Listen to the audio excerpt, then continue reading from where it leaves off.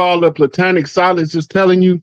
It's telling you how to make mandalas in order to untrap your mind.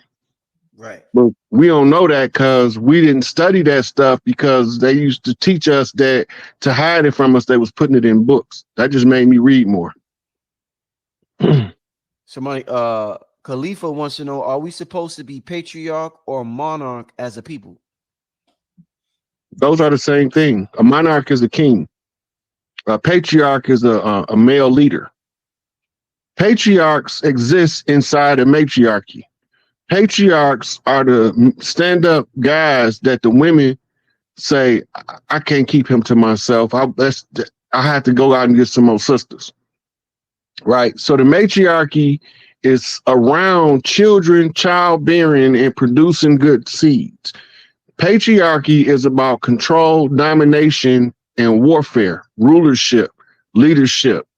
And in order for patriarchy to ever be functional, it had to work hand in glove with matriarchy. And that's the father being the father and the mother being the mother. And the mother being the one who operates in the heart of the home, being the kitchen. She operate there, but she ain't the only one in the kitchen. Mm-hmm. Some of the guys cook too, right? But we assign assignments to the family on who's most competent to perform the function. The elders used to say it like this: the one who knows the path leads the way. Mm-hmm. So when we start putting it all back together, the culture is in our face, but it's fragmented because we was miseducated on purpose. It's not accident.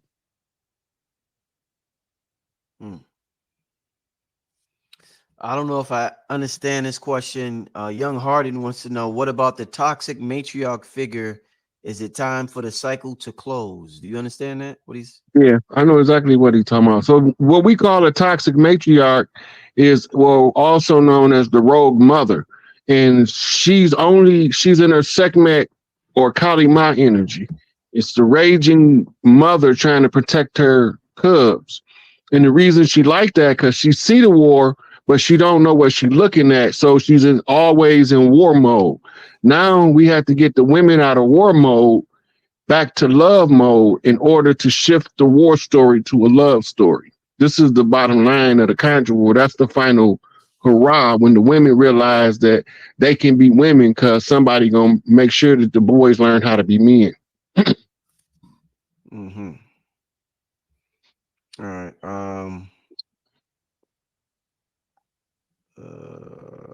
Somebody wants to know your thoughts on Russia influence in Africa. It's the other way around. See, Africa is reclaiming Africa. The clans of the organic clans of the African continent is systematically taking over every single country one at a time and reclaiming what's called the organic and natural birthright. Just beyond any other names that they're using to separate and segregate them, those what we call exonyms, the name the enemy gave you when you came. If you let him tell you who you is, you belong to him. If you identify yourself with who you are, you belong to you, and you can do something about the other people that's similarly situated that don't know no better. But you can't do nothing about it if you don't know you at war. And it's a culture war.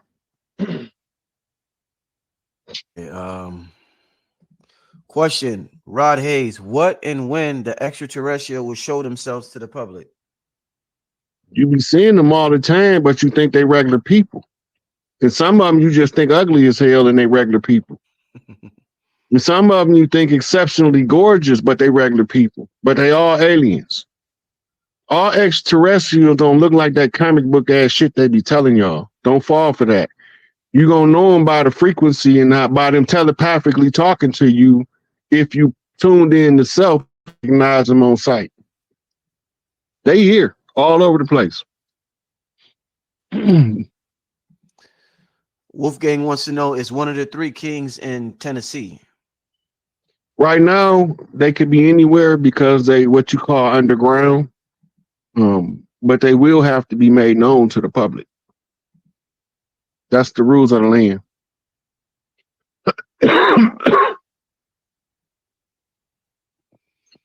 Where's this question at?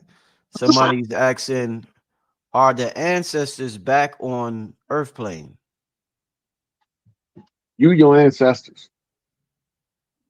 If you here, your ancestors here. You they representative. Just like them being here is you being here.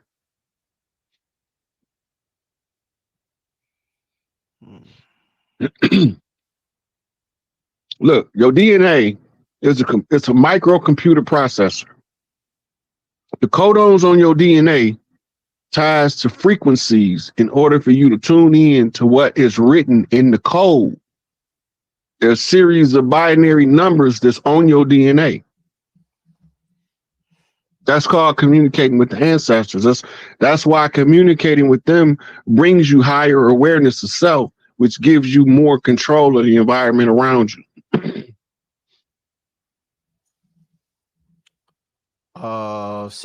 Michelle wants to know, will the grid go down? I don't know, it's gonna officially go down, but I don't know if it's gonna truly go down. But we're gonna have to, when this shift happens, when the organic earthborn reclaim Earth and it's finally done, everything go dark around the planet. And it could be anywhere from 30 minutes to 90 days.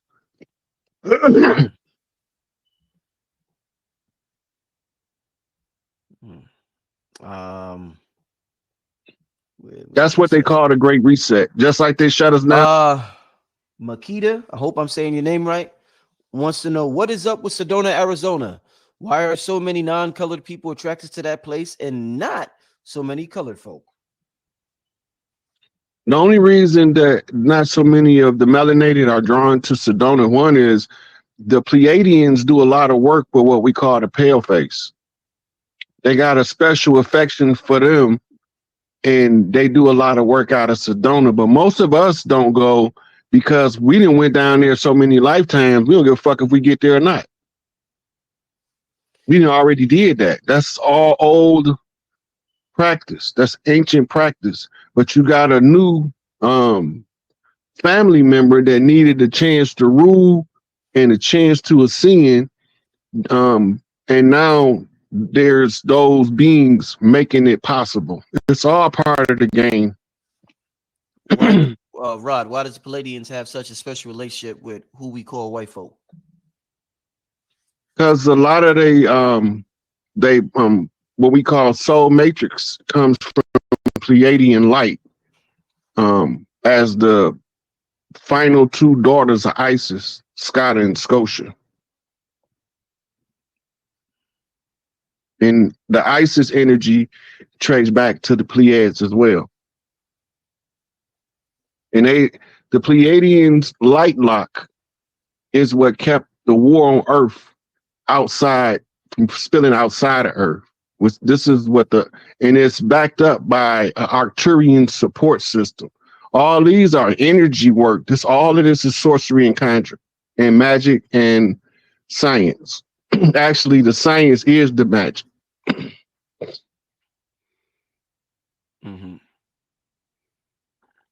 So would it be, Rod, would it be beneficial for melanated folks to go to Arizona? Or is it like, look, it's overrated? Is it overrated, or, No, we go to those spiritual places when Mother Earth tell us to move. When you don't see us going there, she got us looking in a different direction. They can use that. It's going to come a time where a lot of melanated people are going to be drawn to Sedona. Like, she's asking the question now. That means there's a curiosity brewing in the community. Others of us want to know. It's a lot of us still go down there. Don't get it twisted. But it's just that a lot of work is being done with the most recent evolved human species of the planet. In order to get them their right to ascend, they had to assimilate their one drop of blood. So now they're going for their spiritual tuning sessions to make sure that they can function in the fifth dimensional matrix and the solar cycle. Because the sun ain't going to be firm just because they got the right to ascend. It's going to be brutal until they adjust. It's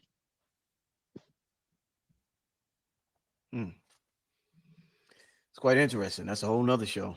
Quite interesting. Uh, yeah. Okay. This is something that's said a lot now. Where's it at? Chat moving so fast. Is it true the sea is space and space in the sky is the sea? You ain't never heard as above, so below? It means exactly what it say, as above, so below. When we talk about coming into creation from the primordial abyss, abyss is the depth of water, but it's not physical water of the earth. It's the primordial noon, the great waters of creation, which is the fluids that run through the womb of the great mother, who we rest creation in as we develop as the gods. It's all Egyptian um, conceptual physics told in story fashion as the story of the gods. Those are all conceptual physics stories that tell you how to read the stars, that tell you how to translate it on Earth and what do it mean when you translate it. Right, right. Okay. Let's see.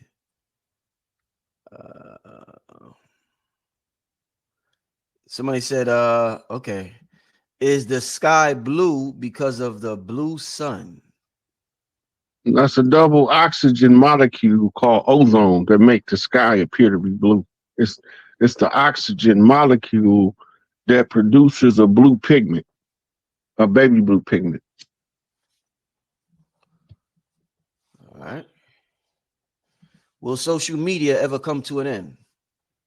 I don't know, but I hope my social media days come to a motherfucking end because I'm sick of this shit.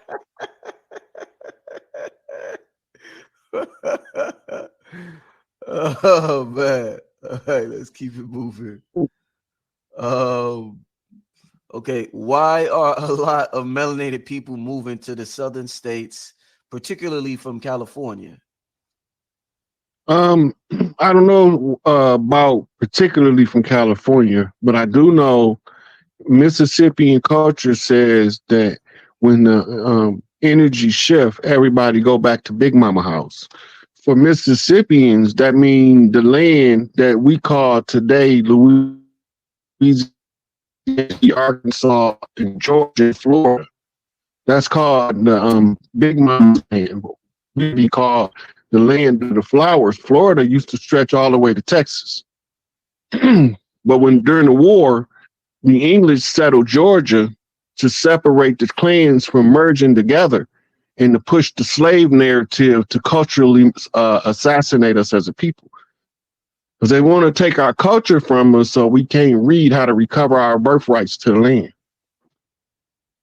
So you saying Florida was once, what states was once Florida? So we could really understand what you're saying. When you come out of Florida and you go west, you're going to go Georgia, you're going to go to Arkansas, you're going to hit Mississippi, Alabama, not in that order. And no, yeah, in that order. And then you're going to hit Texas. Portions of the border where Texas and Louisiana meet is rigid because of the skirmishes and the setting up of the demarcation lines by the settlers. But the tribes use major monuments as the landmarks. And then we broke the land up into controllable sections for clans to settle on. And these are the ones that they caught traveling to fight in the Gullah Wars. Mm-hmm. So I got a map, right? So we got Florida.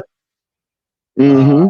From Florida, you hit Georgia, you hit Alabama, Mississippi, Louisiana, Houston. Houston is in Texas. Right. Okay, so after Louisiana, then we got Texas. Right.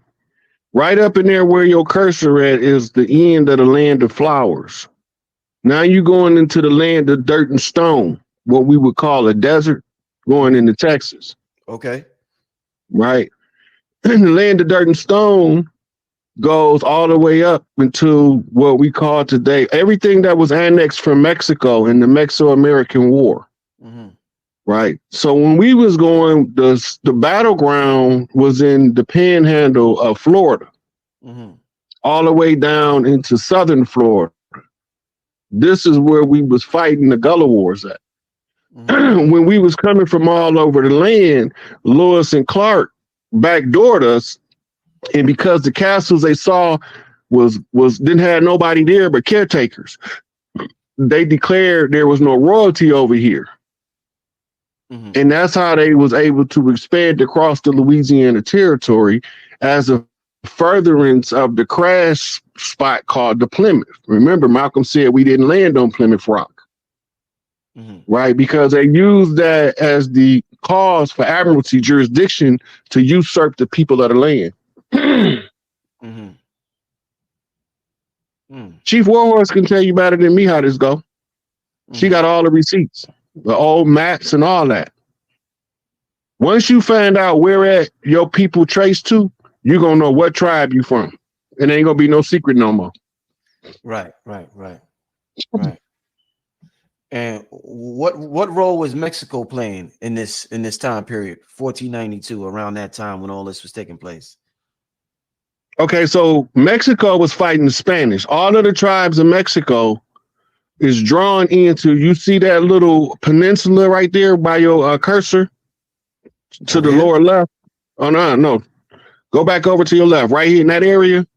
Yeah. They confronting the Spanish there on that part of the Mexican continent. So now tribes is migrating all the way from Alaska south to fight the Spaniards. This was to send support to the islands, Jamaica, Cuba, Dominica, all of these islands, Cuba, that you see down there. They were all being mercilessly attacked by the Spanish Armada. The Spanish Armada eventually